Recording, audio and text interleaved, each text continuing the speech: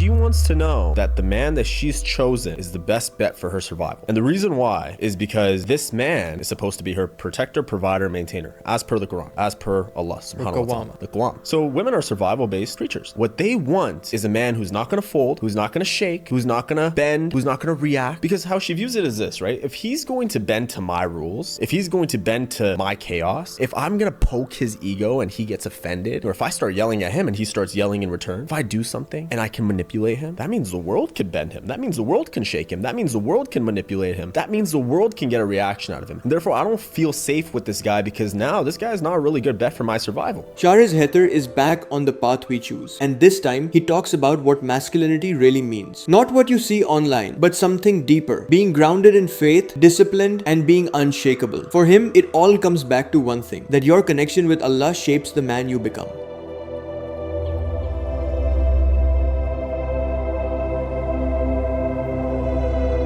Shahrez, when you hear the word masculinity, what's the first thing that comes to your mind? Unshakable. Unshakable. Tell me more. Because that's what a man is, right? A man is like an anchor that a woman's chaos cannot move. A man is unreactive. He's grounded. He's driven by purpose. Nothing bothers him, because when a man submits to Allah subhanahu wa ta'ala, when he truly knows who his Lord is, then he becomes unshakable. Nothing bothers him. You know, the man who fears Allah doesn't fear the world. The world fears him. So that's what masculinity is. It's being unshakable. It's having so much faith in your Lord and only fearing him that the world surrenders to you. That you summon everything in this world. And it doesn't matter what path you choose as a man. It can be any path. It could be the path of being just a merchant. It could be the path of an entrepreneur. It could be the path of a fireman. The path of being a father. The path of being a doctor. Whatever it is. Anything. As long as he is driven by purpose, surrenders to his Lord, only fears his Lord, and he's unshakable. No matter what life throws at him, no matter what role he holds, he fulfills that role with purpose, with confidence, with faith, knowing that as long as he has Allah, failure doesn't even exist. And has your relationship with masculinity as you see it today changed over time? Has it evolved? Of course. Because that's the thing, is that when we grow up, our idea of masculinity is usually derived from data points that we observe, narratives that we listen to and read.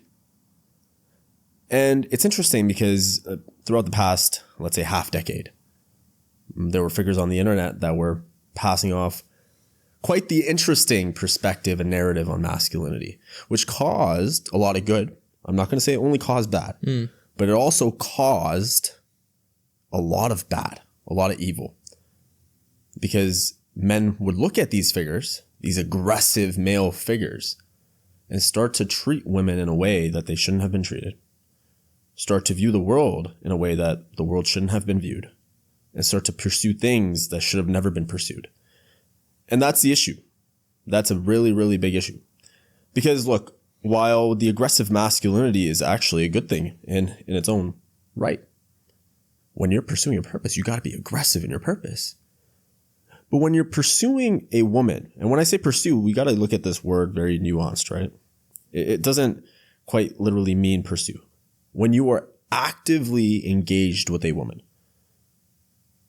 you don't need to be aggressive. You need to be unshakable. You need to be the anchor that her chaos cannot move. And there's a reason why I say that. Many might listen to that and be like, oh, her chaos can't move. What are you saying? Women are chaotic? No. Women will test men. They will test men hard, because that's what their nature is. Women are survival creatures, just like male are survival creatures, just like males are survival creatures, right? However, women have a different sense of survival. They know that they live in this big, bad world, and they know that internally that they're not the strongest gender physically. Okay. Women have their gifts. They have great gifts. But in terms of physical capability, to hunt, to go protect, to provide, to build buildings, and all of these things that males do in the world, they know that they're not the strong ones for that. women know that internally that, yeah, I'm weak compared to these men. I'm a hormonal woman. I have a menstrual cycle. I can get emotional. And because she knows this, because she understands that she's a woman and this world can be big, this world can be mean, this world can be bad, and a man can overpower her at any moment, she wants to know that the man that she's chosen is the best bet for her survival. And the reason why is because this man is supposed to be her protector, provider, maintainer, as per the Quran, as per Allah subhanahu wa ta'ala. The Qawam, the protector, provider, maintainer, right? So women are survival-based creatures. What they want is a man who's not going to fold, who's not going to shake, who's not going to bend, who's not going to react. Because how she views it is this, right? If he's going to bend to my rules, if he's going to bend to my chaos, if I'm going to poke his ego and he gets offended, if I say something to him and he starts yelling, or if I start yelling at him and he starts yelling in return, if I do something and I can manipulate him, that means the world can bend him. That means the world can shake him. That means the world can manipulate him. That means the world can get a reaction out of him. And therefore, I don't feel safe with this guy because now this guy is not a really good bet for my survival. I want you to think of it like a bridge, right? And here's how we're going to conceptualize this. A man is the bridge here. The woman is right here. And here is Jannah. Here is heaven. So a woman wants to go to heaven. Now, a woman knows that she's impressionable by nature. She's a receptive creature. She knows. She feels deeply. She's sensitive. So what she wants is a strong, powerful male who has logic, who has discernment, who cannot be manipulated, who cannot be shaken, to guide her to the gates of Jannah. That's what she wants. Okay? So every single time that a woman wants to get to Jannah with this man, what do you think she's going to do to this bridge? She's going to test it. She's going to test the bridge to see, is this bridge going to break? Is this bridge going to crack? Am I going to fall off this bridge? Is this bridge going to shake? Will I feel safe on this bridge? So every time that she takes a step on this bridge, she's going to press on it. She's going to try to shake it, see if this bridge is stable. And then when she steps on it, she takes another step. But the test doesn't end there. She continues to step on it. And she continues to step on it. And every single moment is a test. Why? This is nothing wrong with the woman, by the way. This is how Allah designed it. Is because the man's supposed to be the Qawam. And the woman's supposed to test, is this the Qawam for me? Is this the man who's going to lead me to Jannah? Is this the man who's going to stay strong through it all? Because look, if I can make him bend and shake, and if I can make him react, and if I can manipulate him, and if I can make him cry, and if I can do all these things to this man, if I can make him insecure, then the world's going to destroy this guy. I can't trust this guy to take me to Jannah. If I can seduce him so easily, you know what? This is the funny thing, right? Is because you're supposed to be seduced by your wife. But if I can seduce him so easily, whoa, that's a red flag, because that means he can get seduced so easily.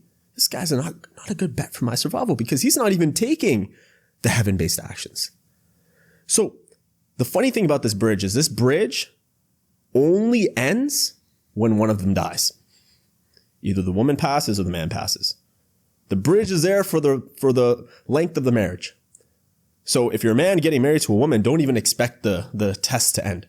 You're going to be tested till one of you guys die, because that's just how women are. Right? And rightfully so. She deserves a man who passes those tests. She deserves a bridge that doesn't break. She deserves to be able to cross and go to Jannah and know that I can surrender to this man and follow this man's lead, knowing that he's leading me to the gates of heaven, not leading me astray. And this is why, right? Zina is very bad, actually. Is because a lot of haram relationships will never lead to marriage, because for this very reason is a man and women, they'll do something. Whether it's zina or acts of zina or whatever it is. You know, there's micro levels and there's the full thing, right? But she thinks to herself, whoa, this man was willing to take me to the depths of hell. All I had to do was seduce him, or all I had to do was surrender and give in a little bit, and he was willing to take me to the depths of hell. This is not a good man for my survival. This is not a good bet for me. This guy's going to lead me to the depths of hell. And women don't want to go to hell. At least the righteous women don't want to, right? Why would they want to go to hell? Women have such a powerful relationship with God. They actually have a stronger energy field than men from the heart, which means that they have a closer connection to God. And you know what? This is my opinion, by the way, genuinely, based off of everything you observe, how receptive women are. They are closer to God. Even the way the Quran talks about women, even the way, if we look at the hadith, the way women are protected, even if we're looking at the last sermon of the Prophet sallallahu alaihi wasallam, take care of the women. Women are dear to Allah, right? So it's our job as men to be protectors, providers, maintainers, to be the bridge that it doesn't matter how much they stomp. No matter what tests they throw at us, we stay firm. We don't react. We stay playful. We stay carefree. And the best way to do this, right, is a lot of men will be like, well, no, it's disrespectful, man. Stop looking at her like you look at another man. Look, if a man disrespected me, if you disrespected me on this podcast right now, I could hold you accountable and be like, bro, you're being very disrespectful. You should watch your tone.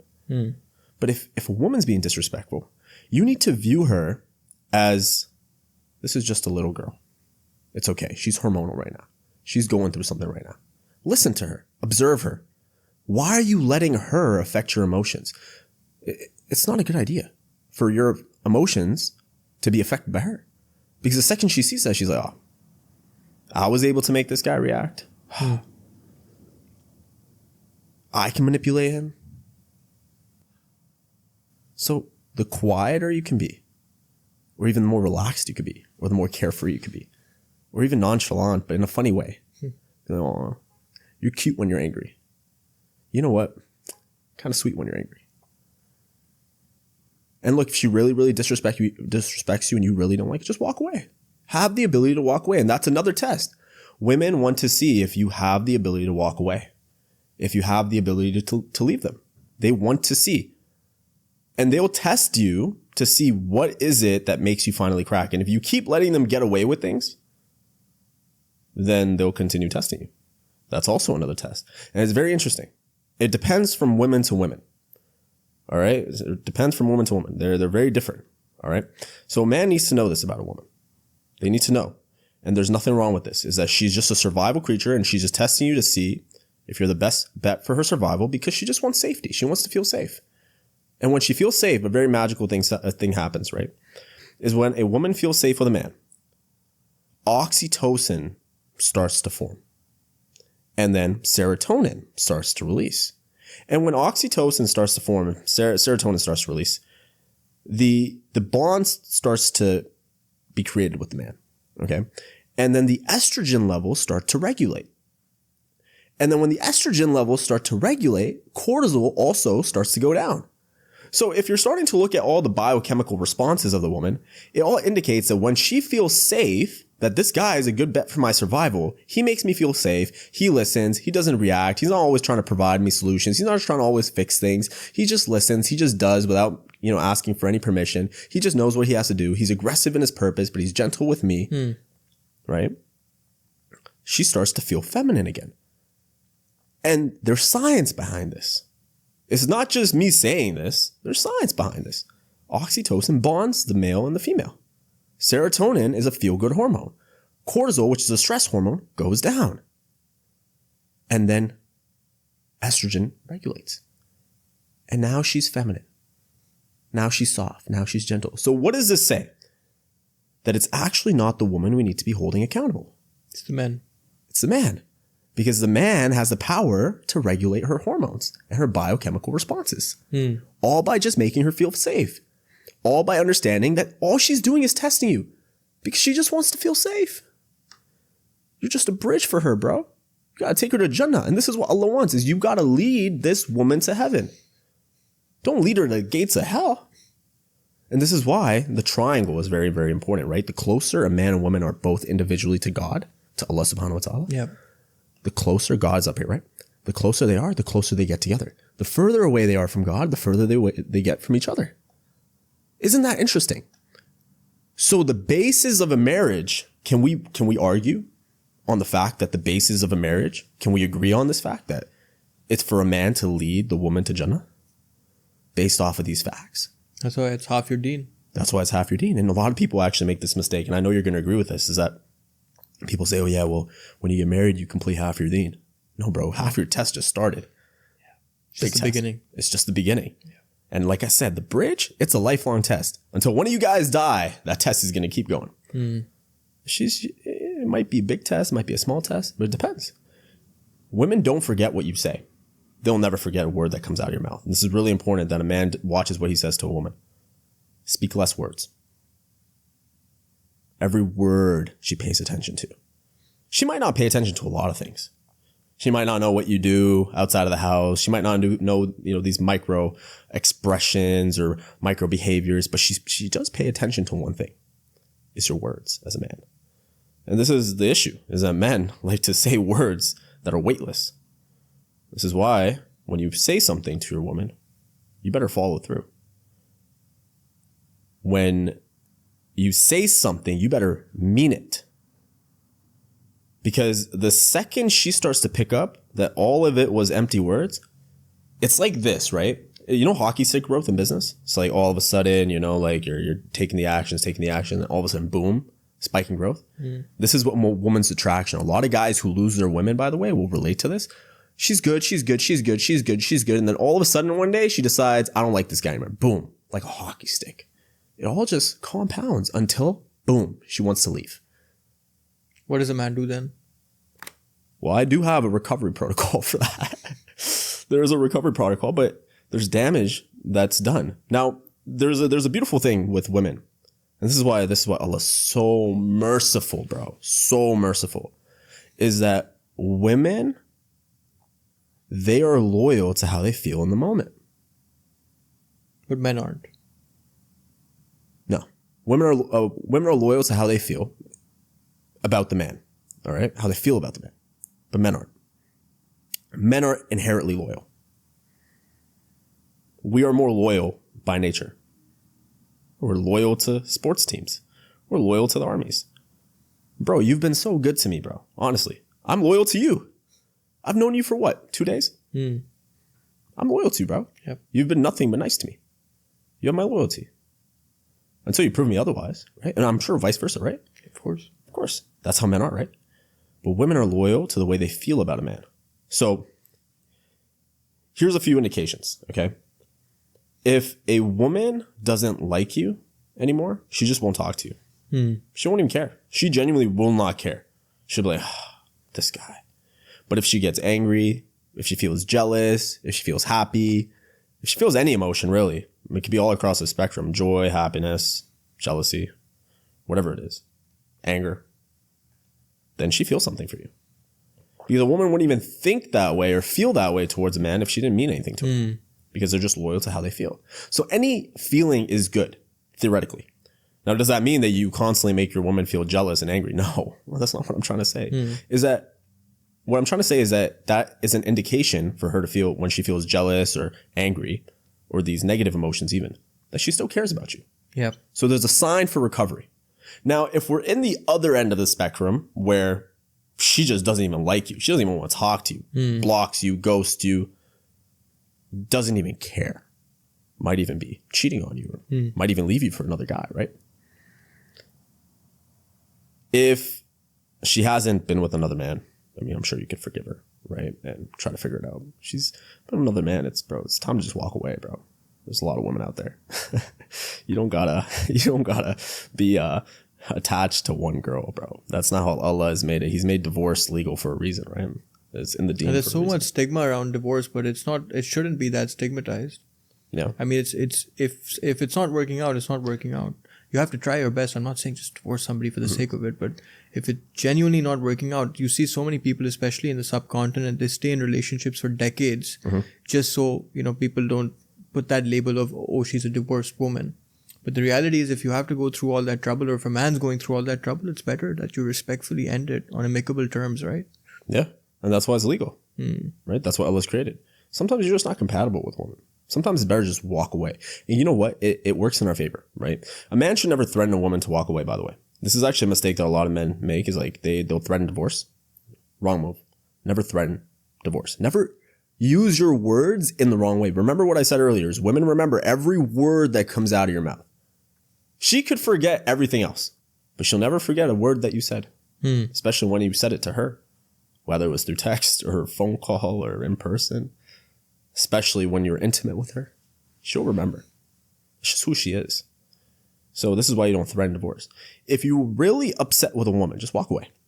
Genuinely walk away, strip her of your presence, right? Give her some time to process it, because women process their emotions when they're away from their man. And there's a lot of nuances to this. I can get into this. In the previous conversation we were having as well was, okay, well, is it repairable at that point, right? Is it really repairable? Yes. And there's a protocol for it. Is that you have to remove yourself, which is actually what we're talking about now, is you have to remove yourself from the situation. Why? Because removing yourself allows for her to process her emotions. This is why you don't spend every single day with your woman nonstop. This is why you don't live in the house with her and be in these gray areas with her. A lot of men and women make this mistake. Married couples make this mistake, and it's the man's fault. It is the man's fault here. Is they sit in the gray area where he's like this on the couch watching TV with his remote, girls in the kitchen, just existing together. And that's not how marriage and attraction, or attraction and marriage, is stimulated. Attraction is built for a woman in time apart. What you really have to do as a man is you have to be extremely present with her. And that's called the sweet spot. Now, the sweet spot works on a spectrum. In Islam, especially, Islam does not promote extremes. Islam promotes balance and neutrality. So even this aligns with the deen, right? Think of the Prophet sallallahu alaihi wasallam, for example, and this is the best way for me to articulate it, is the Prophet sallallahu alaihi wasallam was one of the busiest mans to ever live. Yep. And I could argue that he was the busiest man to ever exist. Yep. I mean, look at what he was doing. He was carrying the weight of the ummah, right? But he had so many wives. He had to spend time with his wives and be present with each one of them. And then he would go on. And this was perfect because he was present with them. He played with them. And there's multiple hadiths and sunnah on this, playing with your wife. And then he would dip and he would leave on his mission. Quality over quantity. Exactly. Quality, present time. No phones, no gray area. He's just present. Eye contact. Good feelings. Little teasing. And what that did was it gave her all that stimulation and those good feelings. And when he left, it allowed for her to process those emotions. And she processes how she feels about him. You ever see those cartoons where she's like, he loves me not, he loves me not. This is how women are. It's like in plain sight. It's like she's thinking about, oh my God, like when he did that, it was amazing. I can't wait till it happens again. I can't wait till he comes home again, right? She's just fantasizing about the moment he comes back and does that same exact thing that he did before, whether it was intimacy, present moment, taking her on a date. But when you live in the gray area, what is she processing? Nothing. And this is where she gets used to you. This is where she starts to test you, and the tests start. And that is a test in itself, right? And women will test you like this. They'll be like, well, baby, please, can you just stay a little longer? Can we spend some more time? Do you have to go to work? Do you have to hang out with your friends? Do you have to go there? She wants you to leave. And a lot of women might watch them and be like, no. When I said it, I mean, no. Because the second he stayed, why did you lose attraction to him?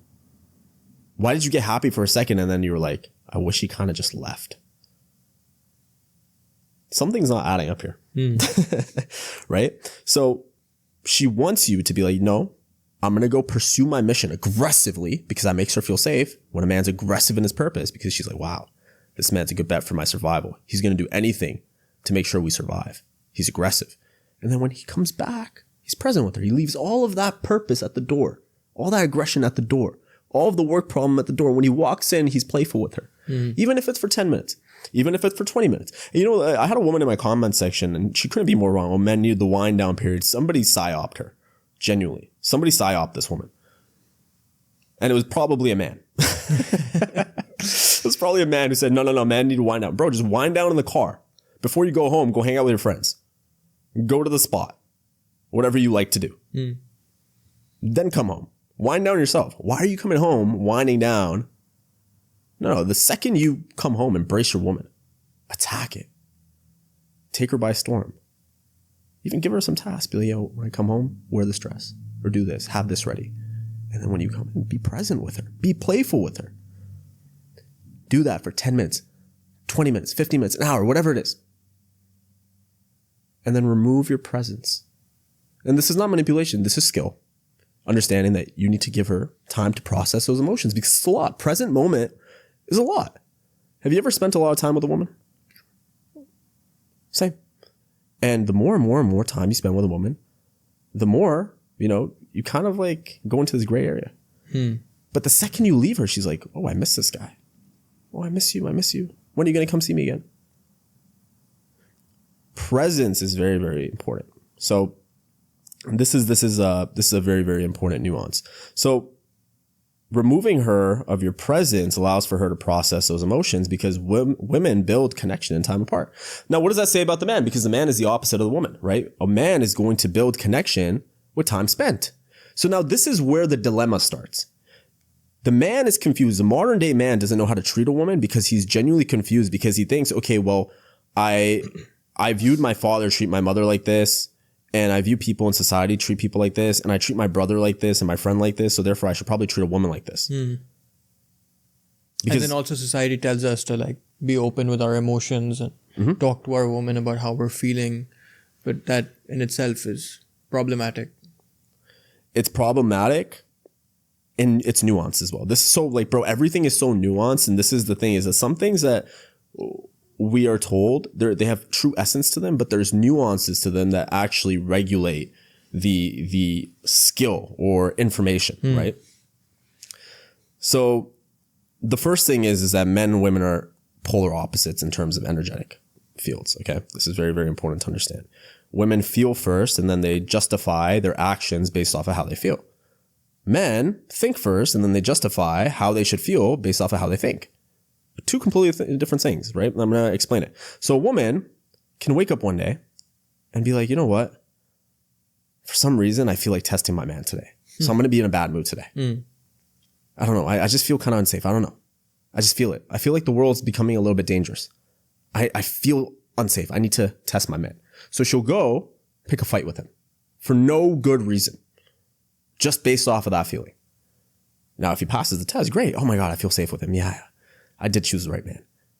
Now, how a man would operate is that a man would think, and he'd be like, you know what? This person disrespected me. He shouldn't have disrespected me. What he said attacked my ego. I'm going to put him in his place so that this never happens again. So he's thinking all of these logical things. And therefore, he decides how to feel. Now he's like, I'm angry because of this. And therefore, I'm going to attack this guy. React. Or he can think and be like, you know what? She's just a woman. She's testing me. She doesn't feel safe right now. Maybe it's her hormones. Maybe she had a bad dream. I don't even know what it is. I don't have to know what it is. My job right now is to be the anchor that is not moved by her chaos. Right? So men and women are opposites, right? Men build connection with time spent. Because think about it. The more time we spend together, brother, don't we get closer? Of course. Of course. So in our logical brains, wouldn't we apply that to women automatically? Yes. Because that's our experience of life. It's not rocket science. But that's not how women work. And it's kind of funny because like a lot of the insecure men, we can get into insecurity in a bit as well. But a lot of the insecure men would think, okay, well, like if I don't spend time with my women or my woman, she's going to spend it with somebody else. That's not how women operate. If you were present with her, playful with her, carefree with her, some healthy banter back and forth, spontaneous with her, showed her a good time, led, had things planned without asking permission, understood her, listened to her, agreed with her when she needed to be agreed with. When she's talking about her emotions, be like, oh, wow, that must have been really frustrating. Or she's venting about a coworker at work or her sister, be like, wow, that was mean of her. It's like, right? And she's like, wow, this guy just gets me.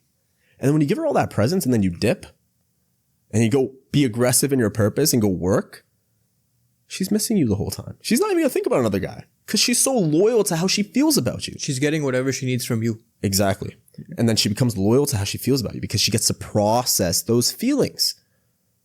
Without that time to process her feelings, she doesn't even know what those feelings are. Think about it. Let's talk about computers, right? Would the computer even know what the video is if it's not processing it? It's like, okay, well, how much storage does it need in my heart? How much RAM is this going to use? Right? It needs to process it. Right? So the woman needs to process her emotions to understand how she feels about the man. And women act upon how they feel. So once she feels something for the man, she now starts to write the letters, and starts to draw the scenarios and starts to talk about him and starts to think about him. That's my man. That's my husband. And it doesn't matter if she's married to him or not. She's going to feel this way about him. What do women misunderstand about men? What women misunderstand about men is that's a really good question. I actually I've been asked that question before. I have to really think about this one. So what women really misunderstand about men is that men need to be amplified. Men need to be nurtured because that's what a woman is. It kind of goes back to understanding what a woman is in order to understand what a man is, right? Is that if a woman is the fixer and the nurturer of the relationship, then she must fix and nurture the man. Okay? Now, a lot of women will say, well, I don't want to be his mother. No, this is not what I'm saying. The man should be sovereign. Of course. Should be able to be okay in solitude. Should be sovereign. He should be a force to be reckoned with. Should be a moving train in his purpose. He should be anchor. Her chaos can't move. But here's the thing, right? Is that women are so nurturing in their essence that a good woman, can turn a homeless man into a millionaire. She's so good at nurturing the man that she can turn a homeless dude into a millionaire. Think about Elena Cardone, actually. I think about what she says all the time. It's like, she went to Grant Cardone and she said, you're going to be a billionaire. She talks about this all the time. You go find the interviews. I don't have to say it. And I think about, wow, she knew. She knew she's the amplifier. A lot of women think, I don't have to do anything for my man. I just need the princess tree. No. You want the G-Wagon? You want the 50K meher? Make him into it. 50? Bro, it's not 50 anymore. It's 100 minimum. Right. You want the 100? Make him into it. Wait, be patient. And if he's a good man, he won't touch you. He'll keep it halal. He'll wait. He'll be patient. He won't even touch you. But you really want the 50K, 100K meher, you want the G-Wagon, you want all that stuff, that woman going around interviewing, then turn him into that. Believe in him. You're so capable. I've never seen a man work as hard as you. You're so ambitious. You just get it. You're a business genius. You are really somebody who gets things done. People bring opportunities to you. I've seen the way you interact with these people. But does it have to come from a place of authenticity, or do you just make stuff up in the moment? Like, this is directly for women. She has to feel it. She has to feel it. She has to feel it. Because if it isn't authentic, then the man can tell, okay, she's just trying to butter me up. Yeah, exactly. She has to feel it. She has to look. Again, remember, this man is the ticket to her Jannah, but she's also the ticket to her protection and provision in this world and maintenance in this world, right? The Qawam, the protector, the maintainer, the provider, right? So if you want your man to provide, turn him into the provider. If you want your man to protect you, turn him into the protector, right? If you want your man to maintain you, turn him into a maintainer. Now, a man should know this already. I'm not saying baby your man and train your man and groom your man. What I'm saying is that if you have a man who already has a strong base foundation and he's a great man and you have more desires as a woman, turn him into that. Because the second you affirm something for a man, I promise you, your sexually transmitted energy towards this man will amplify him and he will move mountains for you. The second you say, I believe, baby, you can move mountains. He will get up and believe he can move mountains, right? And this is what a lot of women don't realize. Is you could turn your man into a millionaire. All you got to do is believe in him. All you got to do is tell him you believe in him. All you got to do is tell him that I think you're more capable than you think you are. And all of a sudden he starts to look in the mirror like, wait, I am more capable than I thought I was. She's right. He starts to move different. And you know how this happens actually?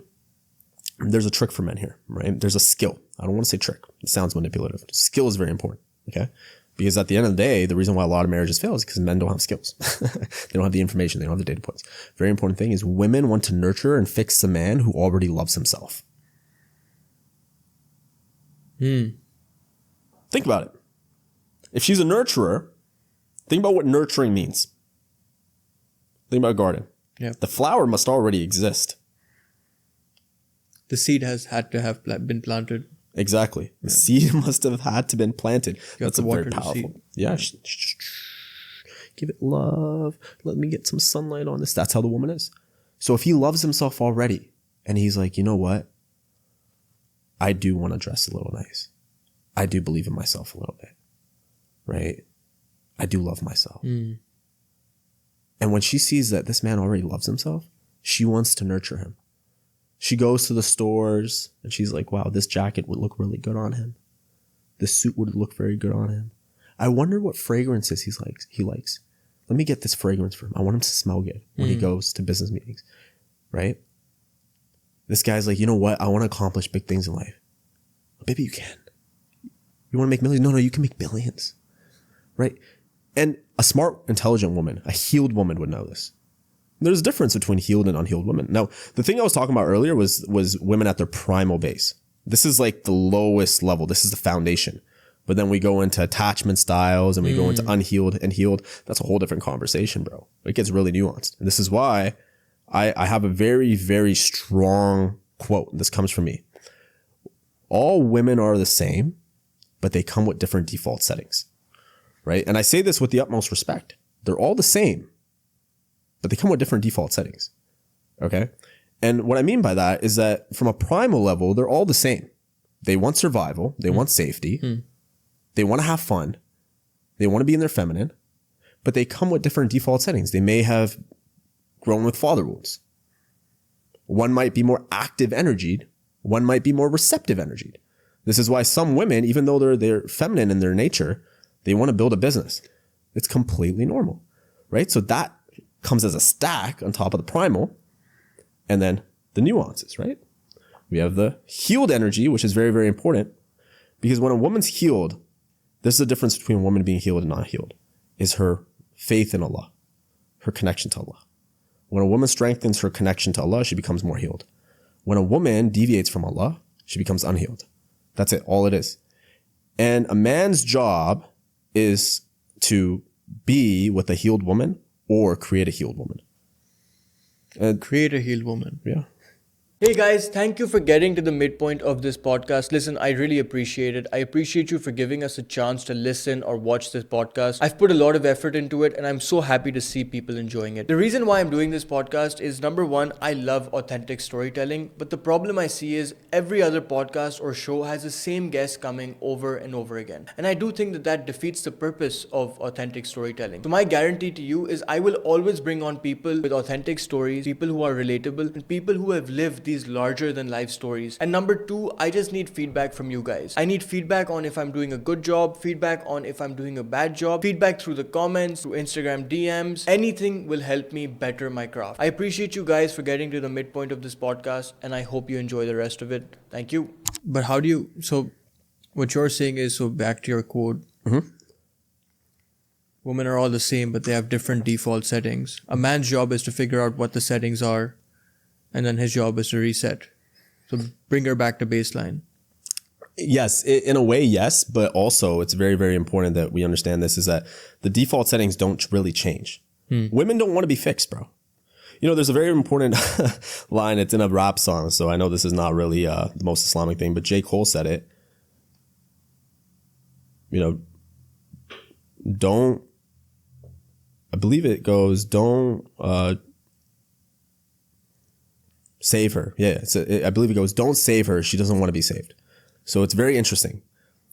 A very strong line that really describes women well. You can find a rap song by J. Cole is, don't save her. She doesn't want to be saved. So don't fix her. She doesn't want to be fixed.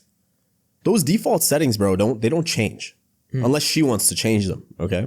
She chooses. The woman chooses if she wants to change it or not.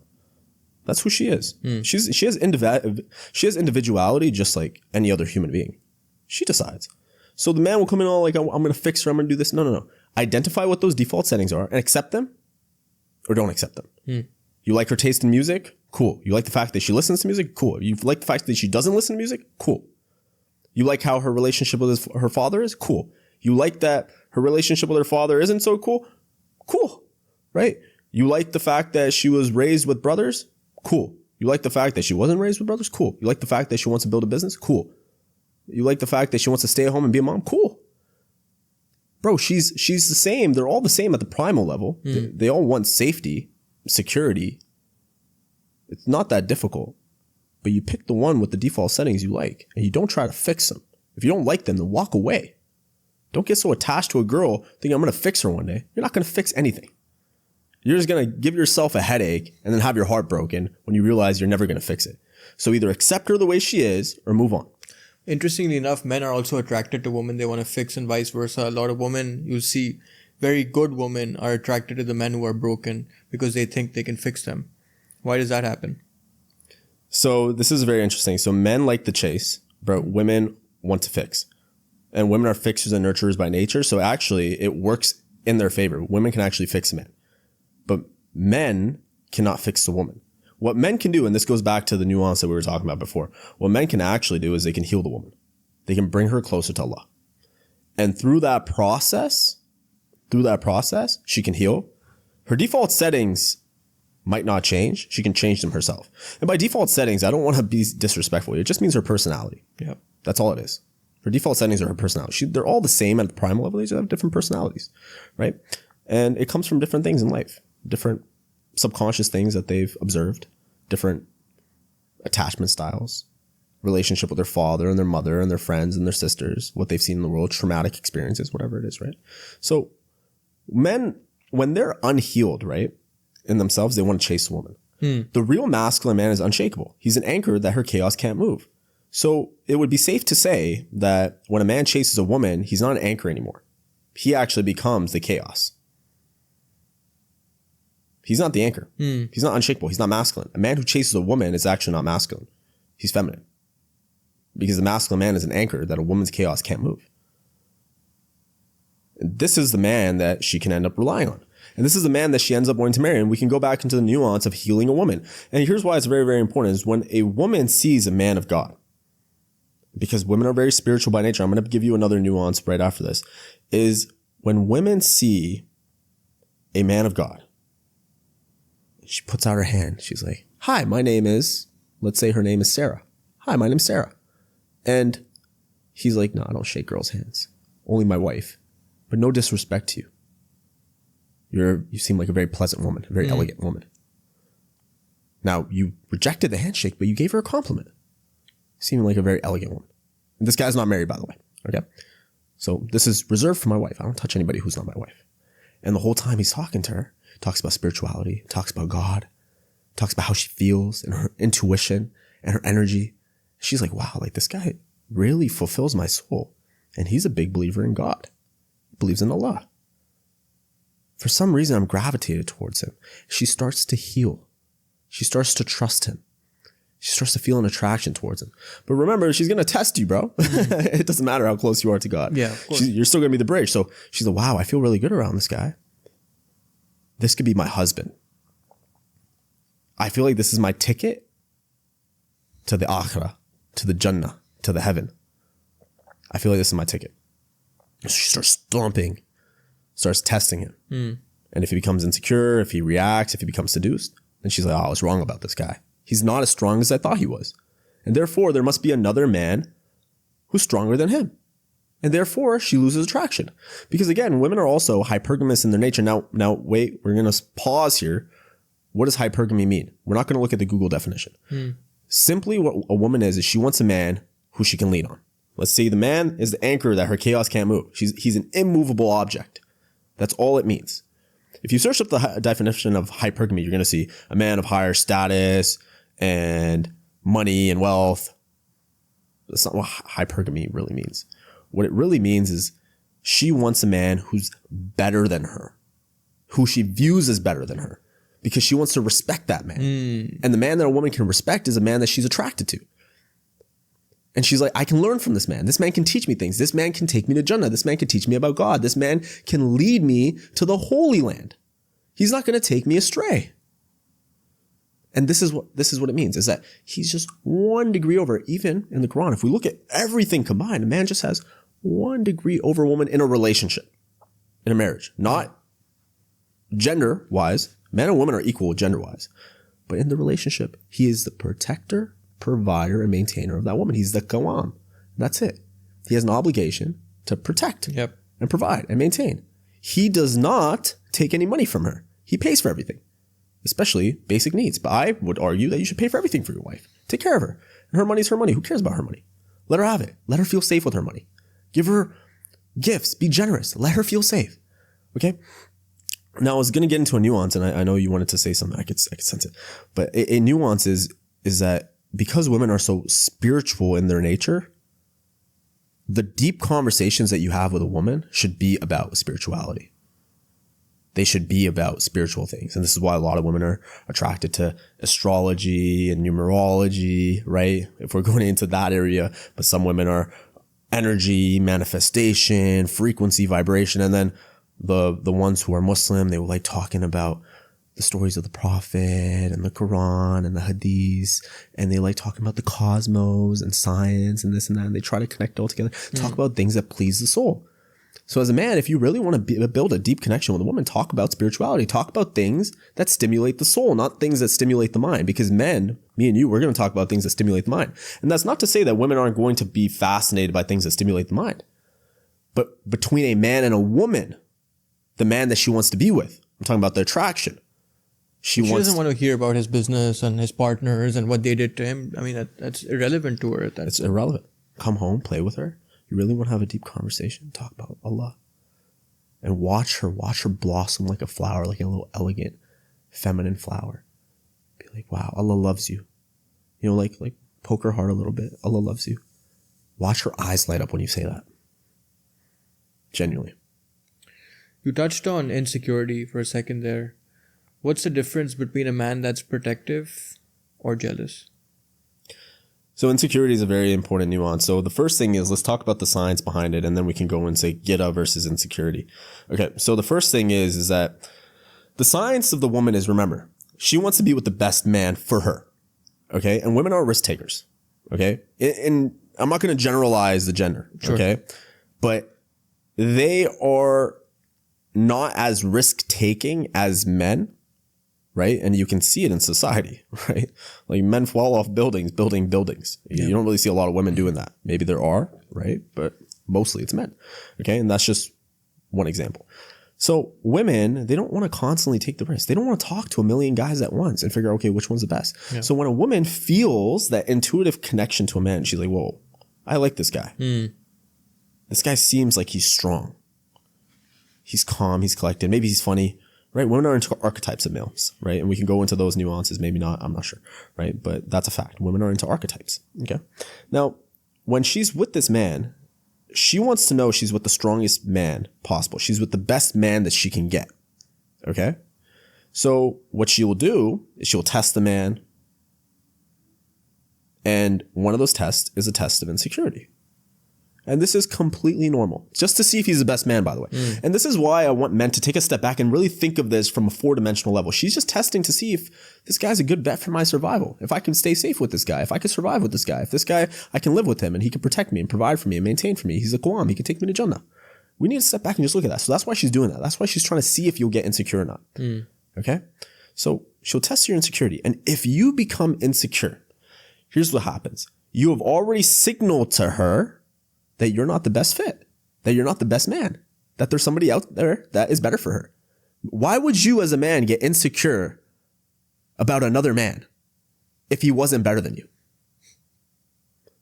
This is how she processes it. She thinks to herself, whoa, like he got insecure about another man? Holy, that man must be better. Or even if that man's not better, he must not be the best because he's insecure about another man. So brothers, hold your composure. Calm. Say, A'udhu Billah. Don't let the shaitan whisper in your ear. Stay calm. Laugh about it. It's okay. Right? Laugh about it. Be like, you're funny. And just chill. Act like it didn't even bother you. Act like you didn't even notice. And when she sees, whoa, like he's so nonchalant. Like he didn't even care. She's like, wow, he must be the best man. Because the best man wouldn't even react to that. He wouldn't even get offended by that. Now, a lot of men are going to argue. They'll be like, well, no, she's disrespectful and a woman should learn manners. Well, bro, why? Do you know the nature of a woman? She's trying to see if she can feel safe with you. She loves you and that's why she's testing you, bro. She wants to be with you and that's why she's testing you. You should feel honored that you're getting these tests. Just like you should feel honored when Allah tests you before giving you risk. You should feel honored that this woman is testing you because that shows that she actually desires you. She actually wants to be with you. Let's reframe this a little bit, right? Feel honored. She's testing you. pass the test, and boom, now she looks at you as an ultimate man. She gains more respect for you. Boom. Yeah. It's really not that difficult.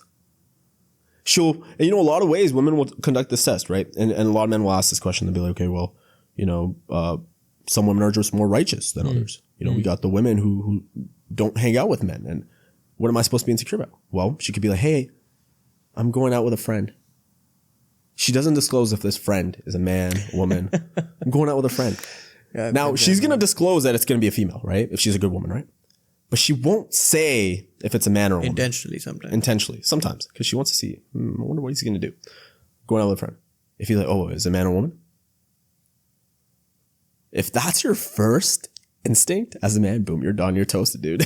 You're gone. It's out. You just showed her. Sooner, dude. Yeah. Yeah. So now this is where we can go into the insecurity versus Gira. So in that moment, Gira can apply. Be like, okay, well, what you can do to show that it didn't even bother you is, hey, so you're going out with a friend. Okay. Well, it's hot outside. Do you have a water bottle? Or it's cold outside. Do you have a jacket?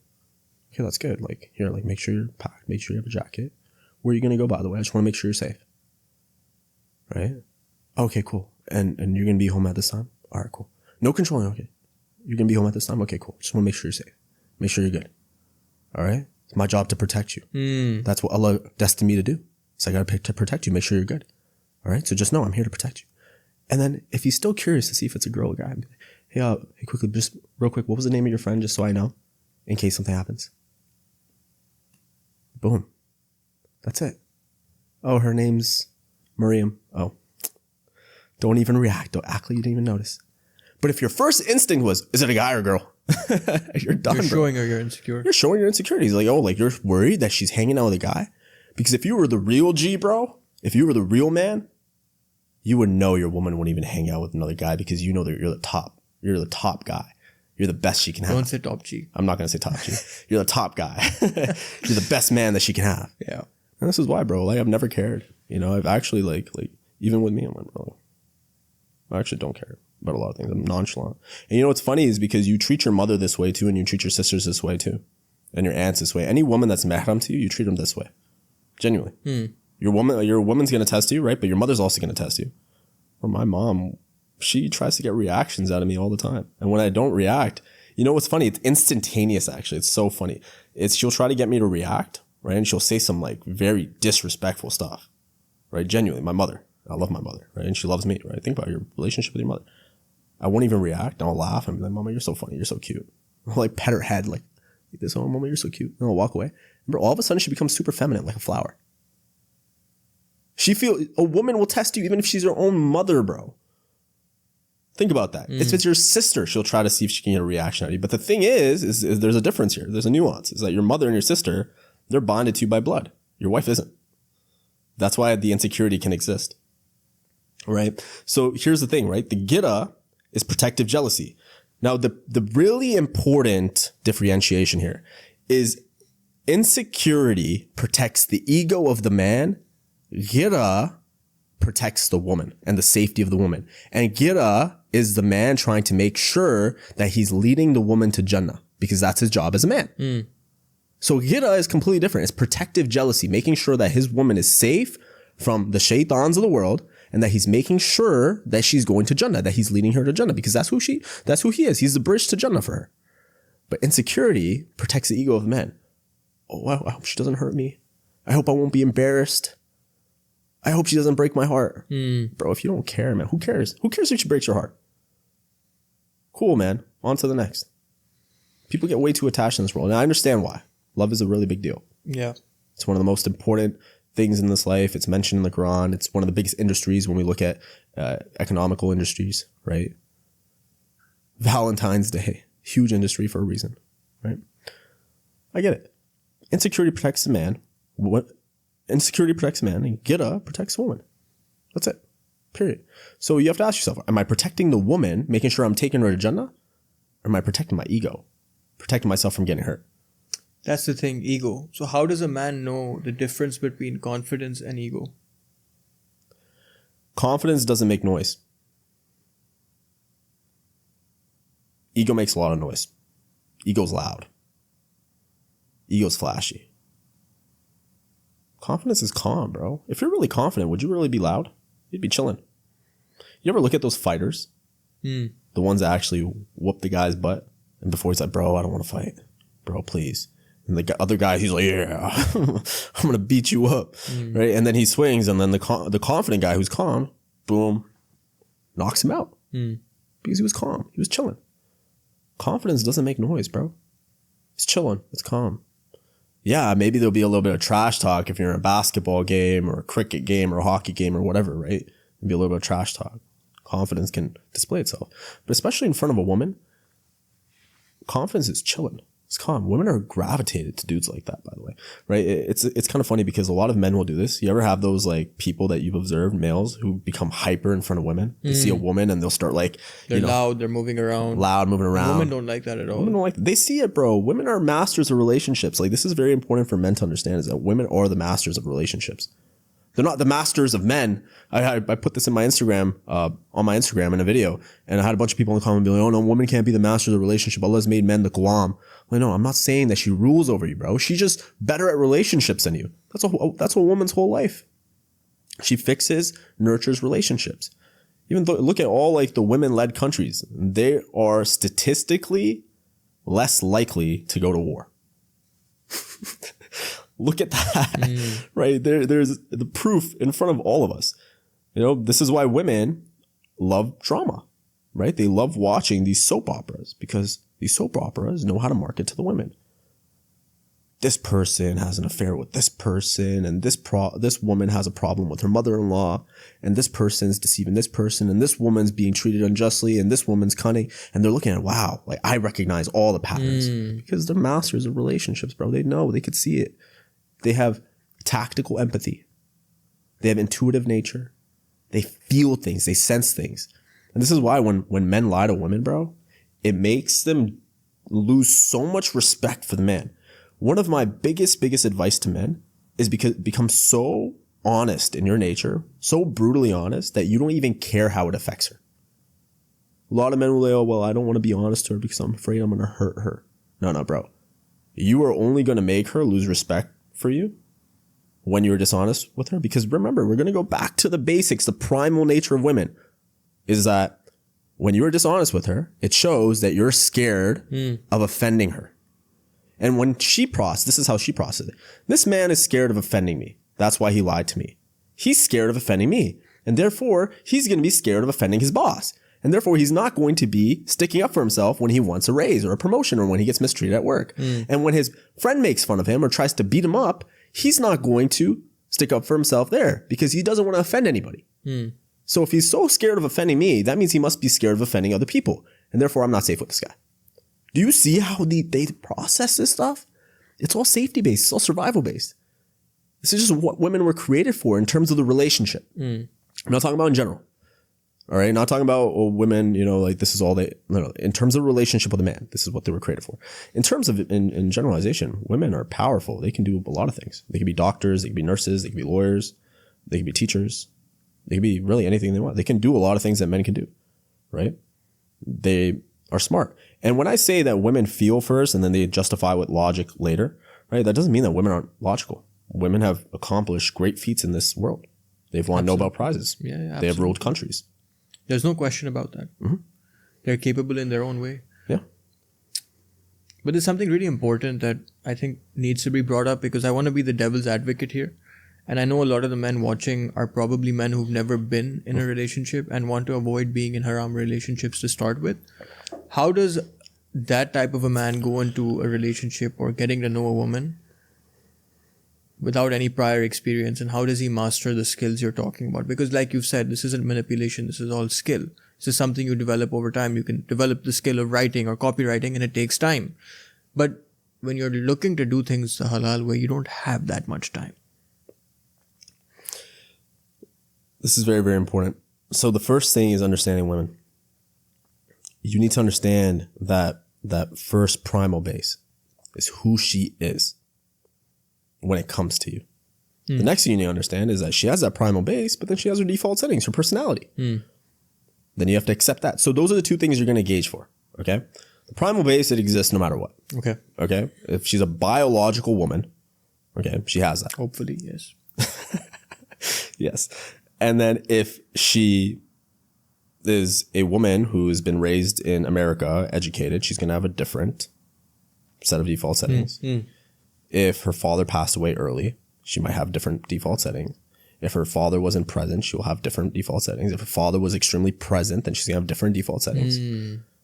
If her relationship with her mother was different, then she's going to have different default settings.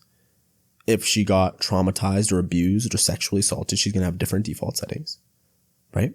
So the first thing is understanding who she is and what her upbringing was like, okay? Getting an idea of that. Getting an idea of what her relationship is with Allah, right? That's a very, very important thing. And then the next thing is you understand what a woman is. That shows you how you're supposed to act as a man, right? I've made videos on this stuff. I talk about the whole attraction cycle. I talk about how to describe women. I talk about how to gauge a woman for marriage, right? And the one thing is when you're gauging a woman for marriage, you want to keep a playful energy. You want to ask all these questions. Ask about her values. Gauge for polarity, okay? See if, for example, some women are more active in their essence while other women are more receptive in their essence. But they're both capable of being feminine. Khadija radiallahu anha is an example. She's active in her essence. Businesswoman. She hired the Prophet, peace be upon him, right? So if you see that this woman's active in her essence, you're going to have to be more grounded, more of an anchor, and even stronger anchor that is immovable because you're dealing with a woman who's more dominant, more active. So you're going to have to be more resilient, more patient than other men. But if you have a woman who's a little bit more receptive in her nature, you're still going to have to be that, right? But you're not going to have to deal with as much chaos because the waves aren't as strong, okay, in the water. The anchor doesn't need to be as big. However, you still need to be the man, right? Because these receptive women, they still feel the same way the active women do. They still think the same way the active women do. They still operate on the same primal biochemical responses, right? So you gauge for that. All right. You see if there's polarity because polarity creates attraction. Then you see the values because the values will give you an idea of what her personality is like, what her default settings are, how she views the world, how she views kids, how she views her role in society, if she's more conservative, if she's more liberal. These are very, very important things, right? So once you understand that, you're like, okay, now I have a good understanding with this woman. I also see that we have attraction, we have polarity. This is a good fit, okay? And that's all you need to go with. And while you're doing this, brother, you want to be playful. You want to show some banter, right? You want to make assumptive statements. You seem like somebody who would have 5 kids. Oh, why do you say that? Yeah, I do want to have a lot of kids. Oh, how many kids do you want to have? Oh, maybe like 3 or 4. Oh, cool. See, you see how you engage in a conversation. It's not like an interview. It's not an interview. Be playful with it, right? You describe them, right? You know, when you send me your photos, I feel like you have a very grounding presence. I feel like we're going to have very calm conversations. She's like, oh, wow. I wonder why he said that. But it makes her feel something, right? And she can say either he's right or he's wrong. But she's always going to be wondering, why did he say that? Right? Because women are fantastical creatures. They love the fantasy, right? And when I say creatures, I mean creations of Allah, right? It's very, very important that we are sensitive to the words that we use because of how much stigma and how much sensitivity is around these topics. Yeah. Well, one clip can be taken out of proportion, right? So another thing that's very, very important is that the man is extremely logical. A man is extremely logical, and a man needs to understand that he does not treat the woman like he treats another man. A man needs more male friends. He needs positive male influences in his life that he can vent to, that he can go to with his problems, right? This is very, very important because when a man has strong male friends that he can work out with, go to with his problems, that he can get solutions from, he does not go to his woman with those same problems. He can just be playful with her. Now, here's the nuance that I was talking about earlier as well, is that a man can vent to his woman. He can tell his woman about his problems. He can tell his woman about his goals. But here's the very, very important nuance. If you're going to talk to her about your goals and your purpose, you better actually act on them and you better actually accomplish them. Because you don't want to be the guy who talks and doesn't do anything. And if you talk to her about your problems, you better have a solution because she wants a man who has solutions to his own problems, not to her problems. To her problems, Unless she wants a solution, he just has to listen, right? And if she wants a solution, you can give her a solution, right? But he's like, yeah, so I'll give you an example of this. So the man could be like, yeah, baby, John, I had a really bad day. My boss, he was like, an a-hole, and he just like treated me very badly. But what I realized is that this really strengthens me, and it makes me realize that maybe this isn't the right fit of a job. So what I'm going to start to do is I'm going to expand my skill horizon, and I'm going to eventually resign from this job and go find something that's my true calling. And in result, that's going to be able to provide us a better life, inshallah. In fact, what I want you to do, baby? Why don't you make a list of all the things you want so that it motivates me even more to work even harder? And she's like, whoa, this guy's tough. He turned a problem into a solution, into something that's in it for me as a woman who relies on him. How can you get better than that? Then she's like, this guy's amazing. This guy's the best bet for my survival because he turned a problem into something so powerful. Right? But you're on, baby, like, I had a bad day at work. I'm frustrated. Go make me a sandwich. Yeah, like, make me a sandwich. I'm tired. And then he's like, turns on his TV and she's like, ew, this guy's pathetic. And then, boom, just like a water chipping away at a stone.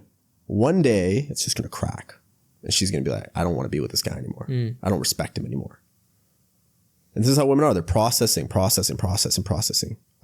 feel safe with this guy. Okay, I'm done with him. And this is why they have these sudden departures. Yeah.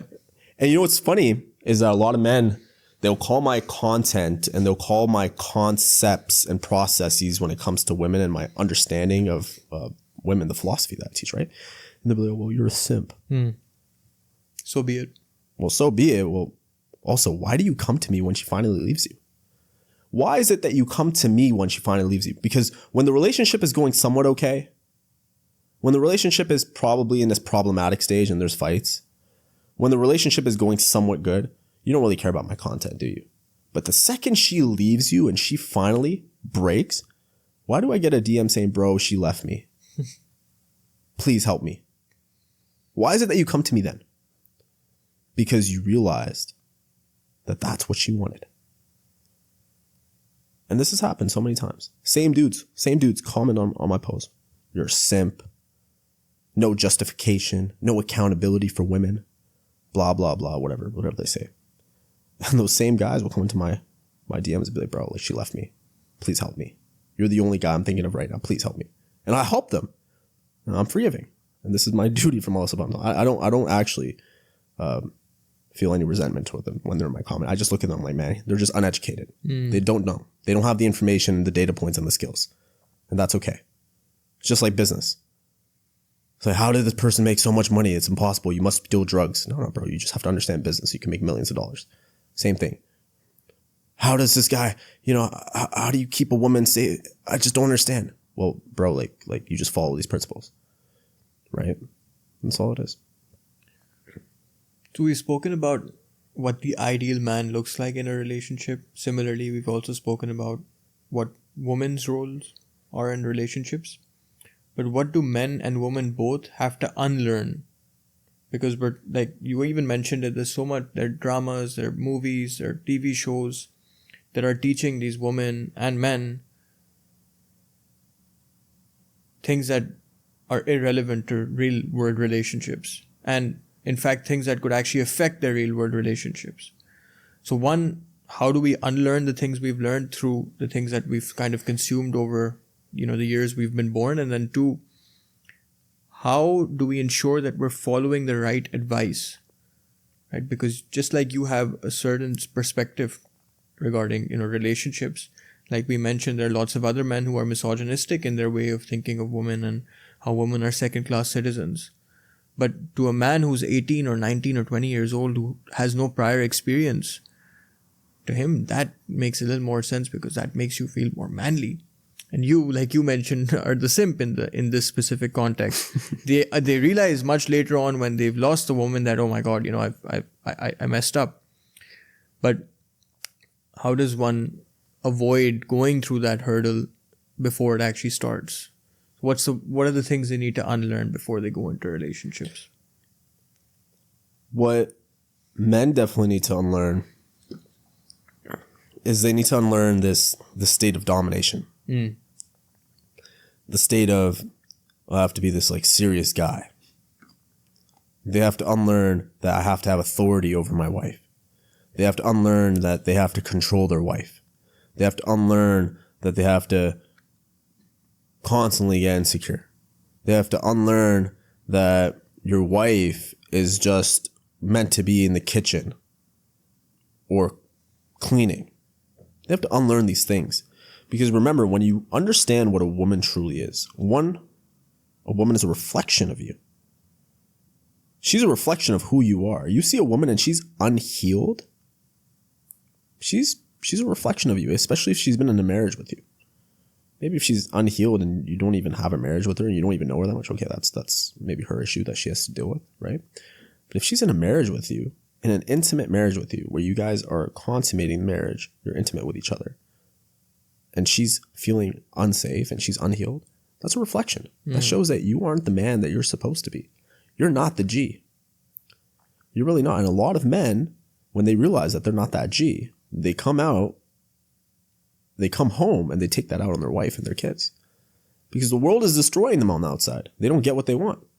They don't get the job they want. They don't get the status they want. They don't get the respect they want. Because at a baseline level, remember this, if we understand who men are at a baseline level, is men just want respect. You want respect, I want respect. We do everything for respect. So the first thing we need to understand is, what do we associate with respect?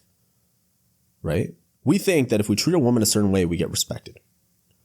We believe if we treat a certain way, that men will respect us a certain way. That, oh yeah, bro, I got my wife on a leash, bro. I'm cheating on my wife, bro. And they start to say this stuff.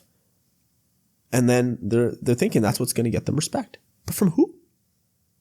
Who do you want respect from? Because in reality, I want to please my Lord. And my Lord wants me to be a Qawam. He wants me to be the protector, provider, maintainer. And I want respect from the men who understand that. And the higher conscious the men are, or the men who have higher consciousness, they are the ones who you actually should be looking towards for respect. Those are the men you should be looking towards, right? So from baseline level, men just want respect. They really, really want respect. And they believe if they treat a woman a certain way or have a specific type of wife, that they'll be respected more. First, you have to define, who do you even want to be respected by?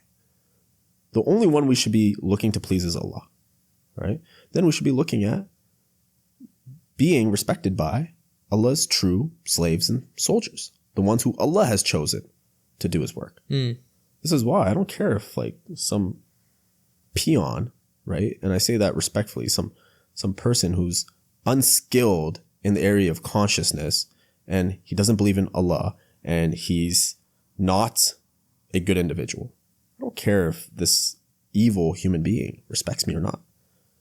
But if somebody who's respectable, he's close to Allah, he knows these things and he respects the way I treat my woman, he respects the way I operate in life, then that makes me feel respected, right? It makes me fulfilled, right? Now, what women need to unlearn is women need to unlearn what they see on social media because it's a whole bunch of smokes and mirrors, right?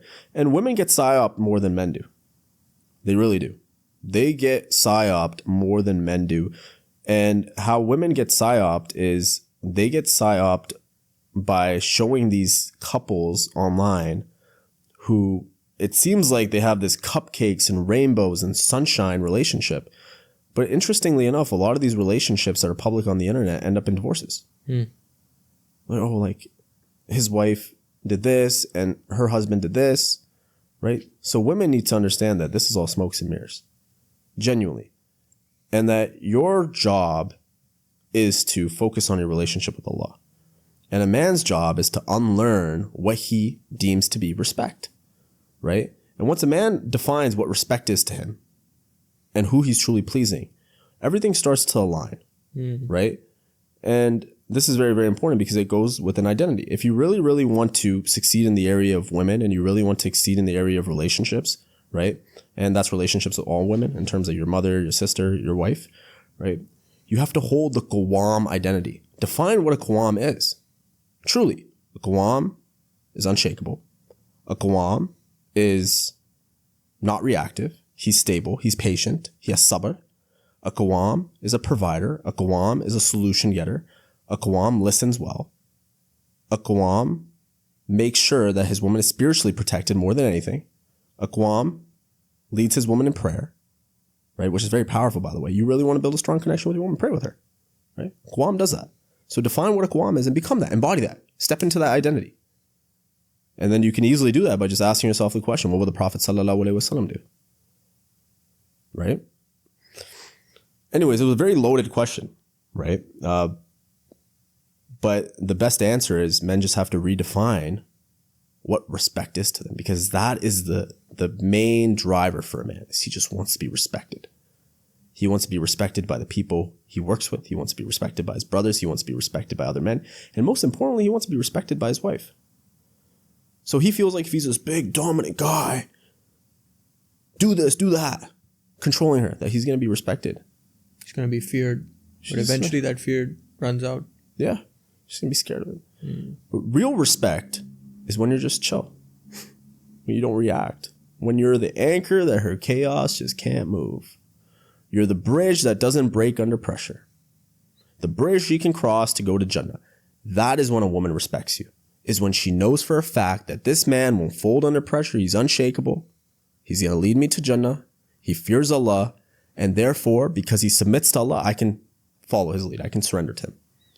A woman has no business surrendering to a man who doesn't surrender to Allah. She just doesn't. There's no point. She's going to be led astray. And she's going to get hurt. And then her cortisol is going to go through the roof.